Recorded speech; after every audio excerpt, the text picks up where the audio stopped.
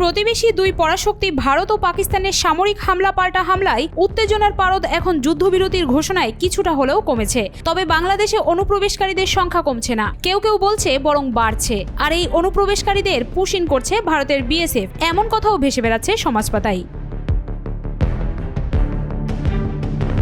ভারত পাকিস্তান উত্তেজনায় বাংলাদেশ কিছুটা হলেও সমস্যায় পড়বে, এটাই স্বাভাবিক। তবে এবার সমস্যাটা প্রকট হতে পারে বলে ধারণা করছেন কেউ কেউ। ভারত নিয়ন্ত্রিত কাশ্মীরের পেহেলগামে পর্যটকদের উপর হামলার পর অবৈধ বসবাসকারীদের বিরুদ্ধে ধরপাকড় জোরদার করেছে দেশটি।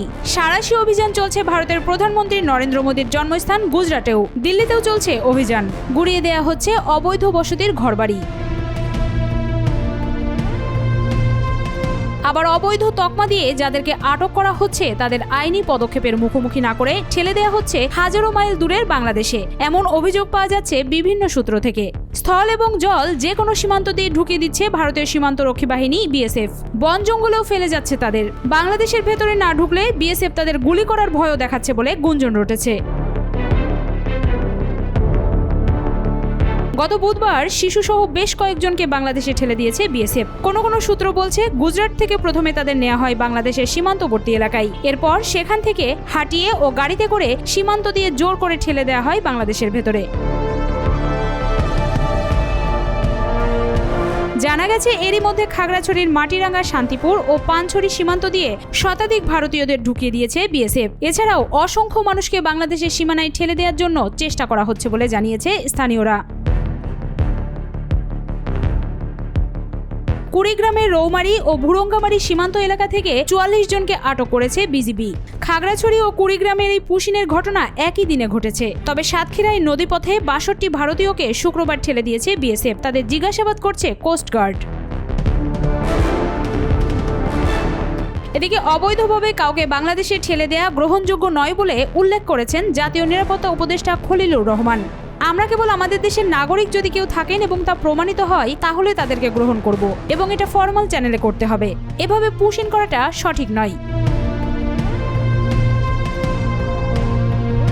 তিনি আরও বলেন, এমনিতেই ১৩ লাখের বেশি মিয়ানমারের রোহিঙ্গা নাগরিকের ভার সামলাতে হিমশিম অবস্থা বাংলাদেশের। এখনও প্রায় প্রতিদিনই ঢুকছে রোহিঙ্গা। এরপরও পাকিস্তানের সঙ্গে উত্তেজনার ঝড়ে ধরপাকড়ের মতো তাদের অনেকটা অবৈধভাবে ঠেলে দেওয়া হচ্ছে বাংলাদেশে।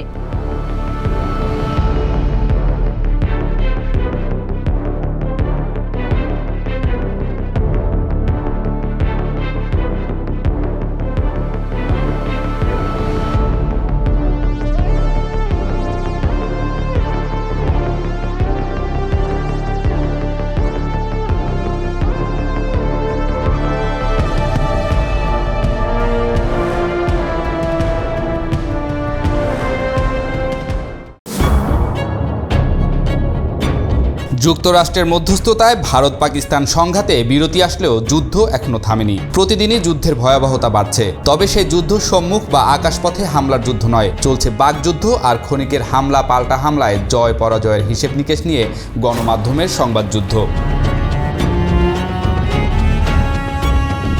ভারত ও পাকিস্তান দুই পরমাণু শক্তিধর প্রতিবেশীর মধ্যে সাম্প্রতিক সংঘাত নিয়ে উত্তেজনা কমলেও প্রতিক্রিয়া থামেনি। উভয় দেশই নিজেদের বিজয়ী দাবি করছে, কিন্তু বাস্তবে এই সংঘাতে কেউই প্রকৃত বিজয়ী নয়। সংঘাতের অবসানে যুক্তরাষ্ট্রের মধ্যস্থতায় যুদ্ধবিরতি কার্যকর হলেও প্রচার যুদ্ধ অব্যাহত রয়েছে।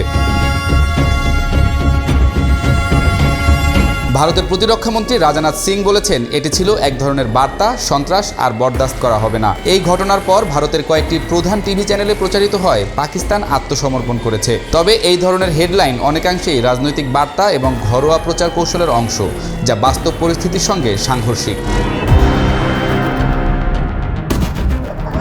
অন্যদিকে পাকিস্তানের রাজধানী ইসলামাবাদে বিজয় উদযাপন হয় ভিন্নভাবে। প্রধানমন্ত্রী শেহবাজ শরীফ বলেন, আমাদের সাহসী সেনাবাহিনী অসাধারণ কৃতিত্ব দেখিয়েছে। কয়েক ঘন্টার মধ্যেই আমাদের বিমান বাহিনী ভারতের কামানগুলোকে এমনভাবে চুপ করিয়ে দিয়েছে যা ইতিহাসে স্মরণীয় হয়ে থাকবে। ইসলামাবাদে ভারতের প্রধানমন্ত্রীর পুষ্পতলিকা দাহ করা হয় এবং মিডিয়ায় এটিকে প্রতীকী জবাব হিসেবে দেখানো হয়। এই সংঘাতের দুই পক্ষেরই ক্ষয়ক্ষতি হয়েছে। পাকিস্তান দাবি করছে তাদের পাইলটরা ডগ ফাইটে ভারতের 5টি যুদ্ধবিমান ভূপাতিত করেছে, যার মধ্যে 3টি ফরাসি নির্মিত রাফাল রয়েছে। ভারতের পক্ষ থেকে এই দাবি অস্বীকার করা হয়েছে। তবে আন্তর্জাতিক গণমাধ্যম যেমন CNN জানিয়েছে, সংঘাতের সময় ভারতের সীমান্তবর্তী অঞ্চলে 2টি বিমান বিধ্বস্ত হয়েছে। ফরাসি গোয়েন্দা সূত্র থেকে পাওয়া তথ্য অনুযায়ী অন্তত 1টি রাফায়েল ক্ষতির আশঙ্কা রয়েছে। ভারত পাল্টা দাবি হিসেবে স্যাটেলাইট চিত্র প্রকাশ করেছে, যেখানে পাকিস্তানের একাধিক সামরিক ঘাঁটি ও রাডার স্থাপনায় ক্ষয়ক্ষতির চিহ্ন দেখা যাচ্ছে। ভারতীয় প্রতিরক্ষা কর্মকর্তারা বলেছেন, বিমান হামলায় পাকিস্তানের ঘাঁটিগুলো গুরুতরভাবে ক্ষতিগ্রস্ত হয়েছে। যদিও স্বাধীন উৎস থেকে এসব তথ্য পুরোপুরি যাচাই করা কঠিন। এই সংঘাতের প্রকৃত চিত্র পরিষ্কার নয়, কারণ উভয় দেশেই নিজেদের পক্ষ থেকে তথ্য প্রচার করছে এবং জাতীয়তাবাদের আবহে অনেক সময়ই বাস্তবতাকে ছাপিয়ে যাচ্ছে আবেগপ্রবণ প্রচারণা। কেউই আনুষ্ঠানিকভাবে আত্মসমর্পণ করেনি, বরং দুই দেশই নিজেদের সামরিক সক্ষমতা তুলে ধরতে প্রতিযোগিতামূলক বক্তব্য দিচ্ছে।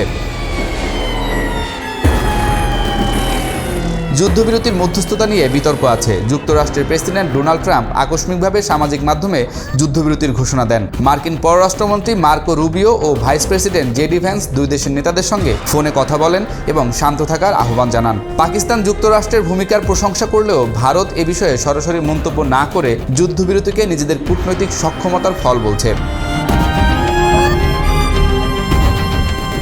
ভারতের এই মনোভাব তার পুরনো অবস্থান থেকেই আসছে। কাশ্মীর ইস্যুতে ভারত বরাবরই আন্তর্জাতিক মধ্যস্থতা প্রত্যাখ্যান করে আসছে এবং বিষয়টিকে অভ্যন্তরীণ বলে দাবি করে।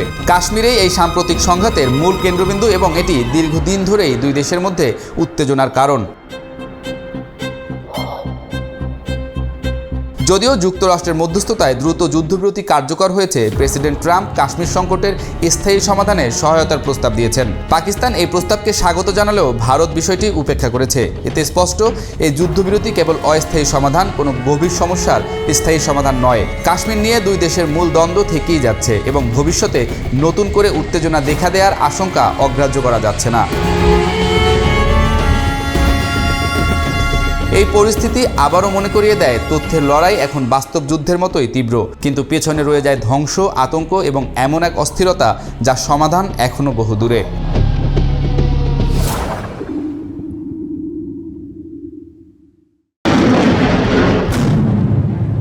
ভারতের পাকিস্তান আক্রমণের ব্যর্থতা নিয়ে এখন রীতিমতো হাস্যরস চলছে শেহবাজ শরীফের দেশটিতে। খোদ ভারতের সমাজপাতা তুলোধনো করছে মোদী সরকারকে।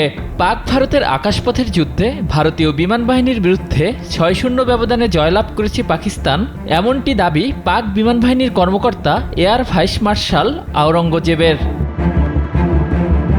PAF-এর এ কর্মকর্তা বলেন, সংঘর্ষ চলাকালে পাকিস্তানি সামরিক বাহিনী ভারতীয় বেশ কিছু সামরিক স্থাপনা ও সন্ত্রাসী প্রশিক্ষণ কেন্দ্র ধ্বংস করেছে। এছাড়াও আকাশপথের যুদ্ধে ভারতীয় বিমান বাহিনীর বিরুদ্ধে 6-0 ব্যবধানে পাকিস্তান জয়লাভ করেছে। এক প্রতিবেদনে দেশটির সংবাদ মাধ্যম শামা টিভি এ তথ্য জানায়। মার্কিন যুক্তরাষ্ট্রের হস্তক্ষেপে দুই দেশ গত শনিবার যুদ্ধবিরতিতে সম্মতি দেয়। তবে এর আগে পেহেলগামে হামলার জেরে খারাপ হতে থাকে দুদেশের সম্পর্ক। উত্তেজনা দেখা যায় কূটনীতিক মহলেও। শুরু হয় সংঘাত। হামলা পাল্টা হামলায় সংঘাত চলে প্রায় এক সপ্তাহ। প্রাণ হারান 50-এর অধিক লোক। ভারতে অপারেশনের নাম দেয় সিন্দুর, আর পাকিস্তান সিন্দুরকে মোকাবেলা করে বনু ইয়ান উন মারসুন অপারেশন দিয়ে। তবে মার্কিন যুক্তরাষ্ট্রের হস্তক্ষেপে সংঘাত বন্ধে সম্মত হয় দুই দেশ। এরপর শুরু হয় কথার লড়াই, আর কষতে থাকেন লাভ লোকসানের হিসেব নিকেশ। কূটনীতিক মহল থেকে শুরু করে বিভিন্ন বাহিনী হিসাব কষতে শুরু করে জয় পরাজয়ের। একদিকে ভারত দাবি করে এ সংঘাতে জয় হয়েছে তাদের, অপরদিকে পাকিস্তানের তরফ থেকে বলা হয়ে জয় পেয়েছেন তারা। তবে জয়ের বিষয়ে পাকিস্তানের গলা যতটা না চড়া, তার চেয়ে অনেক নরম ভারতের আওয়াজ, কারণ কার্যত ভারত এই ক্ষণিকের যুদ্ধে খুব বেশি সুবিধা করতে পারেনি। পাক গণমাধ্যম শামা টিভিকে দেয়া এক সাক্ষাৎকারে পাকিস্তানি বিমান বাহিনীর কর্মকর্তা এয়ার ভাইস মার্শাল আওরঙ্গজেব বলেন, আকাশপথের যুদ্ধে 6-0 ব্যবধানে জয়লাভ হয়েছে পাকিস্তানের। তারা ভারতীয় একাধিক সামরিক স্থাপনা ও সন্ত্রাসী প্রশিক্ষণ কেন্দ্র ধ্বংস করেছে। ভারতের দামি ও নামি রাফাল আর ইসরায়েলের ড্রোন ভূপাতিত করছে পাকিস্তান। পাকিস্তানের এই সামান্য ঝলকই ভারতের নাকাল অবস্থা বলে মন্তব্য ভাসছে পাকিস্তানের সমাজ পাতায়। আর তার জের ধরেই দেশটির আন্তঃবাহিনীর জনসংযোগ দপ্তরের মুখপাত্র লেফটেন্যান্ট জেনারেল আহমেদ শরীফ মন্তব্য করেন, পাকিস্তান তার সামরিক শক্তির সামান্য ঝলক দেখিয়েছে। তিনি আরও বলেন, এটা মনে রাখা উচিত, পাকিস্তানের সামরিক বাহিনীর আধুনিক যুদ্ধ ক্ষমতা রয়েছে, যার মধ্যে সামান্যই ভারতের সঙ্গে সংঘর্ষে ব্যবহার করা হয়েছে, বাকিটা ভবিষ্যতের জন্য সংরক্ষিত রয়েছে। তবে ভারত পাকিস্তানের পারমাণবিক যুদ্ধ জানানোটা নিছকই বোকামি বলে মন্তব্য করেন তিনি। বলেন, পাকিস্তানের পক্ষে ভারতকে যুদ্ধবিরতির জন্য অনুরোধ জানানো হয়নি, উল্টো ভারতই যুদ্ধবিরতির বিষয়ে আগ্রহ দেখিয়েছে।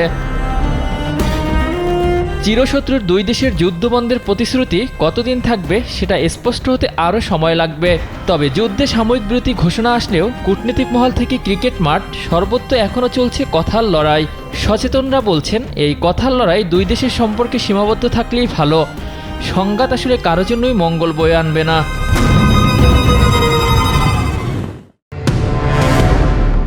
এবার ইসরায়েলকে মরণ কামড় দেওয়ার ঘোষণা দিল ইরান। নেতানিয়াহুর সঙ্গে ট্রাম্পের দূরত্বের পরই এমন ঘোষণা দিয়েছে তেহরান। ইরানের সর্বোচ্চ নেতা আয়াতুল আল খামেনি ইসরায়েলের সরকার এবং তাদের সহযোগী মিত্রদের বিরুদ্ধে ইসলামী দেশগুলোকে ঐক্যবদ্ধ হওয়ার আহ্বান জানিয়েছেন। তেহরানে হাজার হাজার শ্রমিকের উপস্থিতিতে এক সমাবেশে তিনি বলেন, গাজা এবং সমগ্র ফিলিস্তিনে শাসক গোষ্ঠীর নৃশংসতা উপেক্ষা করা যাবে না, তাই সমগ্র বিশ্বের উচিত তাদের বিরুদ্ধে রুখে দাঁড়ানো। খামেনি বলেন, কিছু মন্তব্য ভিন্ন ইঙ্গিত দেওয়ার জন্য করা হয়েছে। বাস্তবতা হলো, নির্যাতিত ফিলিস্তিনি জাতি এবং গাজার বাসিন্দারা কেবল ইসরায়েলি শাসন ব্যবস্থারই নয়, বরং মার্কিন যুক্তরাষ্ট্র ও ব্রিটেনেরও মুখোমুখি হচ্ছে। মুসলিম রাষ্ট্রগুলোকে এই বিভ্রান্তি এড়াতে এবং এই গুরুত্বপূর্ণ ইস্যুতে মনোযোগ কেন্দ্রীভূত করার আহ্বান জানিয়ে তিনি আরও বলেন, বিভিন্ন গুজব এবং নতুন নতুন বিষয় এবং অপ্রাসঙ্গিক অর্থহীন কথাবার্তার মাধ্যমে তারা ফিলিস্তিন সমস্যা থেকে মনোযোগ অন্যদিকে সরিয়ে নেয়ার চেষ্টা করছে। আয়াতুল্লাহ খামেনি আশা প্রকাশ করেন, আল্লাহর কৃপায় ফিলিস্তিন ইসরায়েলি দখলদারদের উপর জয়লাভ করবে এবং ইরানি জাতি অন্যান্য বিশ্বস্ত জাতিগুলোর সঙ্গে হানাদার ও দখলদারদের উপর ফিলিস্তিনির বিজয়ের দিনটি প্রত্যক্ষ করবে। ইরানের সর্বোচ্চ নেতার মতে, শয়তান কিছু সময়ের জন্য আবির্ভূত হতে পারে, কিন্তু নিঃসন্দেহে তারা অদৃশ্য হয়ে যাবে। তিনি আরও বলেন, ইসরায়েলি এবং অন্যান্য স্থানে প্রতারণামূলক উপস্থিতি এবং অগ্রগতি শক্তির লক্ষণ নয়, বরং তারা বৃহত্তর দুর্বলতার ইঙ্গিত দেয়।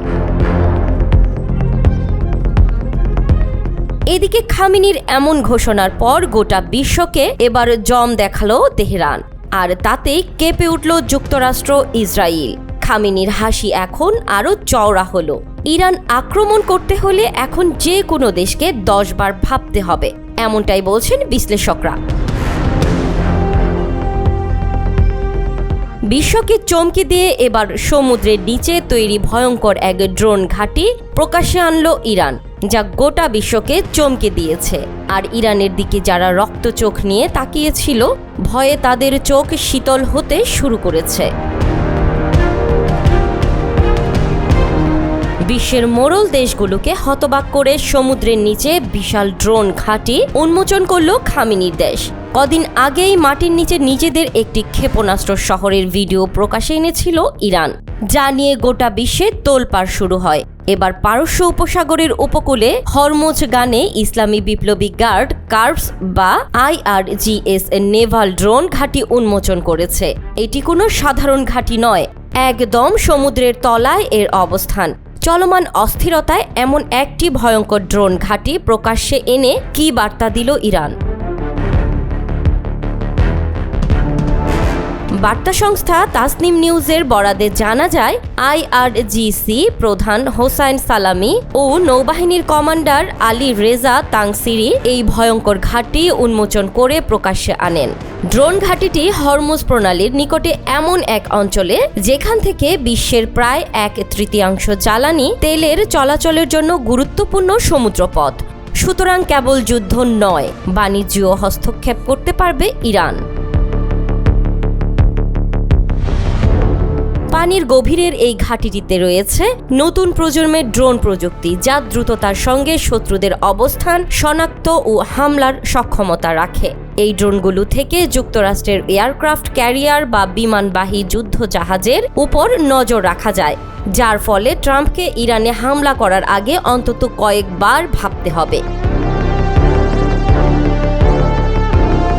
এ ঘাঁটি শুধু প্রযুক্তির প্রদর্শনী নয়, এটি যুক্তরাষ্ট্র, ইসরায়েল সহ শত্রু রাষ্ট্রগুলোর জন্য ইরানের কৌশলগত বার্তা। ইরান স্পষ্ট করে আগেই বলেছে তারা যুক্তরাষ্ট্রের নৌবাহিনীকে সরাসরি নজরে রেখেছে, যে কোনো মুহূর্তে আঘাত হানার মতো সক্ষমতা রাখে।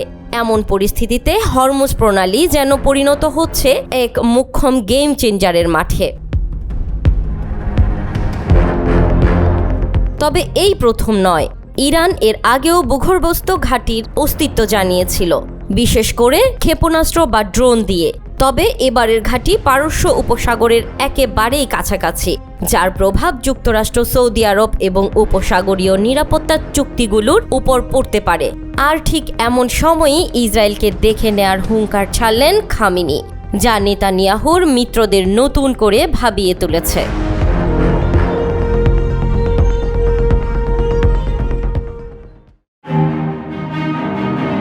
ডোনাল্ড ট্রাম্প এখনও সৌদি আরবে পৌঁছাননি।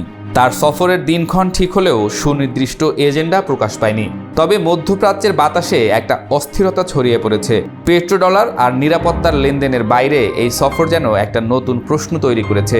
এই সফরের পর আরব দুনিয়ায় কি পুরনো জোটগুলো থাকবে, নাকি নতুন মেরুকরণ শুরু হবে? ট্রাম্পের সফরের সম্ভাব্য এজেন্ডা ইতোমধ্যেই পরিষ্কার। সৌদি চায় পরমাণু প্রযুক্তিতে প্রবেশাধিকার, যুক্তরাষ্ট্র চায় তেল বাজারে নিয়ন্ত্রণ বজায় রাখতে। আর এই সমীকরণে সামনে আসছে অর্থনীতি, নিরাপত্তা এবং আঞ্চলিক রাজনীতি। সৌদি আরব এখন নিজের কৌশলগত অবস্থানকে একটি নতুন উচ্চতায় নিয়ে যেতে চায়। শুধু যুক্তরাষ্ট্র নয়, তাদের নজর রাশিয়া, চীন, এমনকি ভারত পর্যন্ত প্রসারিত হয়েছে। রিয়াদ চায় একাধারে পশ্চিমা বিনিয়োগ এবং পূর্বাঞ্চলের রাজনৈতিক সহায়তা। এ এক ধরনের কৌশলগত দ্বৈতবাহু নীতি। ট্রাম্পের সফর সেই পরিকল্পনায় যুক্তরাষ্ট্রকে পুনরস্থাপন করতে পারে যদি তিনি সৌদির দাবি মেনে এগিয়ে যান। ট্রাম্পের সৌদি সফরের বাস্তবতা আরও জটিল। এটি হতে পারে একটি সিগন্যালিং সফর, বিশ্বকে জানানো যে আমেরিকা এখনও মধ্যপ্রাচ্যে রয়েছে এবং প্রস্তুত নিজের জায়গা পুনর্দখল করতে। সংযুক্ত আরব আমিরাত ট্রাম্পের সফরকে সৌদি আমিরাত ও যুক্তরাষ্ট্রের মধ্যে একটি ঘনিষ্ঠ ত্রিপাক্ষিক জোট গঠনের সম্ভাবনা হিসেবে দেখছে। অর্থনৈতিক বিনিয়োগ এবং প্রযুক্তি স্থানান্তরের প্রতিশ্রুতি থাকলে আমিরাত হতে পারে এই জোটের সক্রিয় অংশ। বাহরাইন ও মিশর এটিকে একটি পুনরুজ্জীবিত সুন্নি ফ্রন্ট হিসেবে দেখছে। ইরান হুমকি মোকাবিলায় ট্রাম্পের দৃঢ় অবস্থান এ দেশগুলোকে আশ্বস্ত করছে। ট্রাম্পের সফর নিয়ে সবচেয়ে মিশ্র প্রতিক্রিয়া ইসরায়েলে। গাজা যুদ্ধের পটভূমিতে সৌদি ইসরায়েল সম্পর্ক স্থগিত, কিন্তু ট্রাম্প প্রশাসনের অতীত সম্পর্ক ইসরায়েলকে কিছুটা স্বস্তি দেয়। তারা চাইছে ট্রাম্প সৌদিকে আরও স্পষ্টভাবে ইরান বিরোধী অবস্থানে নিয়ে আসুক। তেহরান গভীরভাবে উদ্বিগ্ন। ট্রাম্পের সফর তাদের জন্য হতে পারে একটি কূটনৈতিক সতর্কবার্তা। তারা মনে করে সৌদি যদি পরমাণু প্রযুক্তিতে প্রবেশ করে তবে পারমাণবিক ভারসাম্য ধ্বংস হবে। ইরান ইতোমধ্যে হুঁশিয়ারি দিয়েছে মধ্যপ্রাচ্যকে অস্ত্রাগার বানালে তার দায় বহন করবে সবাই। তুরস্কের প্রতিক্রিয়া কৌশলগত। তারা সৌদি যুক্তরাষ্ট্র ঘনিষ্ঠতাকে সন্দেহের চোখে দেখলেও পুরোপুরি বিরোধিতা করছে না, কারণ কাতারের সঙ্গে তাদের ঘনিষ্ঠতা এবং গাজা ইস্যুতে নেওয়া অবস্থান এই নতুন অক্ষে বিশৃঙ্খলা আনতে পারে। কাতার দ্বিধায় রয়েছে। একদিকে সৌদি নেতৃত্বাধীন মেরুকরণের অংশ, অন্যদিকে আল জাজিরার মাধ্যমে তারা গাজা যুদ্ধের পক্ষ নেয়ার কারণে সৌদির চেয়ে কিছুটা দূরে। ট্রাম্পের সফরের ফলাফল কাতারের অবস্থান নির্ধারণে বড় ভূমিকা রাখবে। এই সফর যদি সফল হয় তবে চীন ও রাশিয়ার জন্য তা হবে একটি স্ট্র্যাটেজিক চ্যালেঞ্জ। সৌদি এখন বেল্ট অ্যান্ড রোডে থাকলেও যুক্তরাষ্ট্রে পুনরাবর্তন হলে চীনের বিনিয়োগের রাজনৈতিক প্রভাব কমে যেতে পারে। রাশিয়ার দিক থেকে সৌদির তেলের নীতিতে আমেরিকান হস্তক্ষেপ তাদের স্বার্থকে আঘাত করতে পারে। ট্রাম্প এখনও সৌদিতে যাননি, কিন্তু তার পা পড়ার আগেই মধ্যপ্রাচ্যের রাজনীতি গরম হয়ে উঠেছে। একদিকে সম্ভাব্য মিত্রতা, অন্যদিকে গোপন সন্দেহ, এই দুয়ের মধ্যে দুলছে গোটা অঞ্চল। এই সফরের ফলাফল শুধু দুই দেশের সম্পর্ক নয়, নির্ধারণ করতে পারে একটি বিস্তৃত কৌশলগত বাস্তবতা। সৌদি কি আমেরিকার গুটি হবে, নাকি নিজের খেলা নিজে খেলবে? মধ্যপ্রাচ্য এখন এক ধরনের পজিশনিং এর ভেতর দিয়ে যাচ্ছে। ট্রাম্প শুধু একজন রাজনীতিক নন, তিনি এক ধরনের মার্কার। তার সৌদি সফর হয়তো কোনো কিছু চূড়ান্ত করবে না, কিন্তু অনেক কিছু শুরু করে দিতে পারে।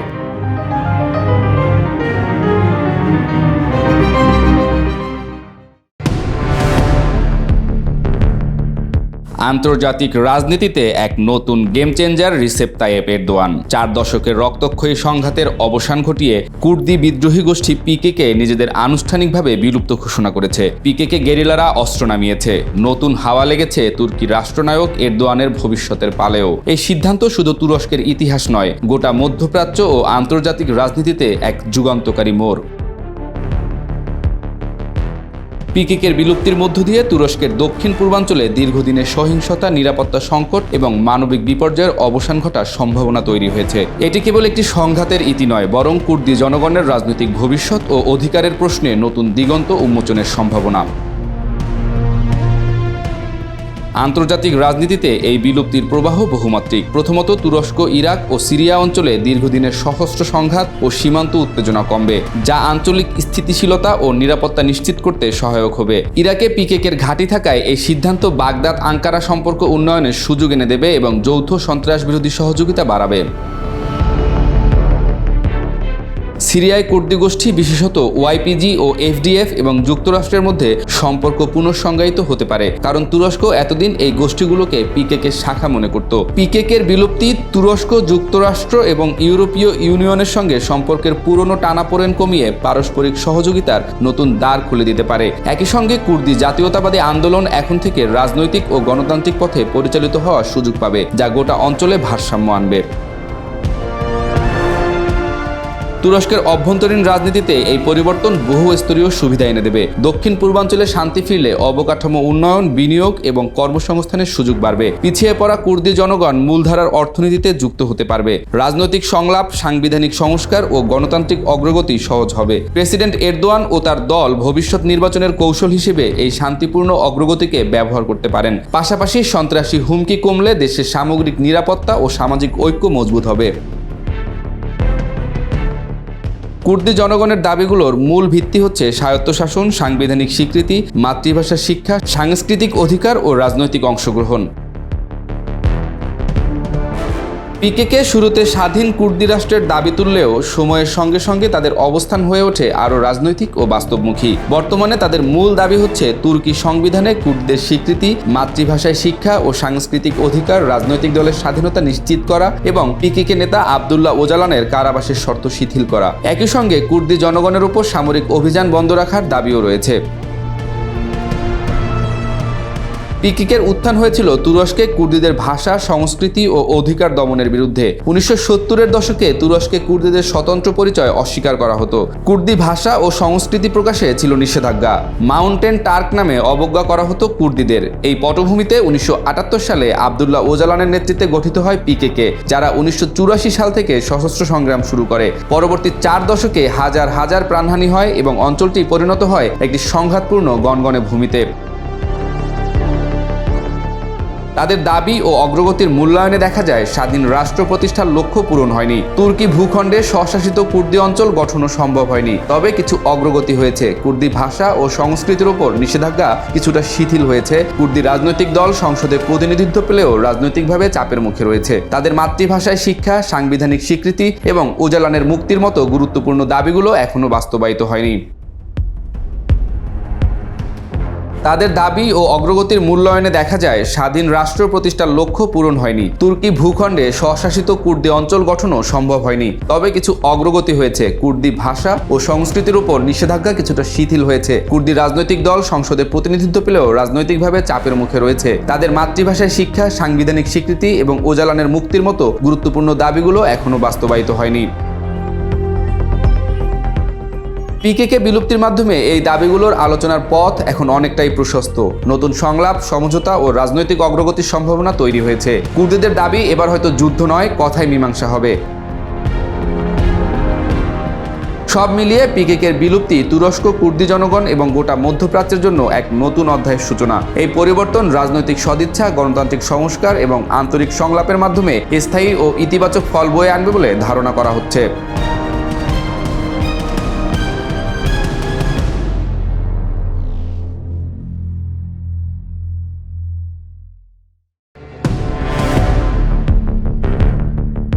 মধ্যপ্রাচ্যের আকাশে ঘনিয়ে আসছে এক নতুন যুদ্ধের ভীতি। যুক্তরাষ্ট্র যদি ইসরায়েলের পাশ থেকে সরে দাঁড়ায়, তাহলে প্রধানমন্ত্রী বেনিয়ামিন নেতানিয়াহুর জন্য পরিস্থিতি হবে শুধু জটিল নয়, সম্ভবত তার রাজনৈতিক ক্যারিয়ারেরও সবচেয়ে কঠিন পরীক্ষা। ইসরায়েল বহুদিন ধরে যুক্তরাষ্ট্রের সামরিক, অর্থনৈতিক ও কূটনৈতিক সহায়তার উপর নির্ভরশীল। এই সহায়তা ছাড়া একাধিক ফ্রন্টে যুদ্ধ চালানো নেতানিয়াহুর পক্ষে প্রায় অসম্ভব। কারণ প্রতিপক্ষ হিসেবে দাঁড়িয়ে আছে ইরান, যে এখন আর একা নেই। তার পাশে আছে রাশিয়া, চীন এবং উত্তর কোরিয়ার মতো পরাশক্তির ছায়া। ইরান তার অবস্থানে কঠোর, আগ্রাসী এবং প্রতিশোধপরায়ণ। রেভলিউশনারি গার্ডসের প্রধান হোসেইন সালামি প্রকাশ্যে হুঁশিয়ারি দিয়ে বলেছেন, যদি ইসরায়েল বা যুক্তরাষ্ট্র হামলা করে তবে তাদের জন্য আমরা জাহান্নামের দরজা খুলে দেব।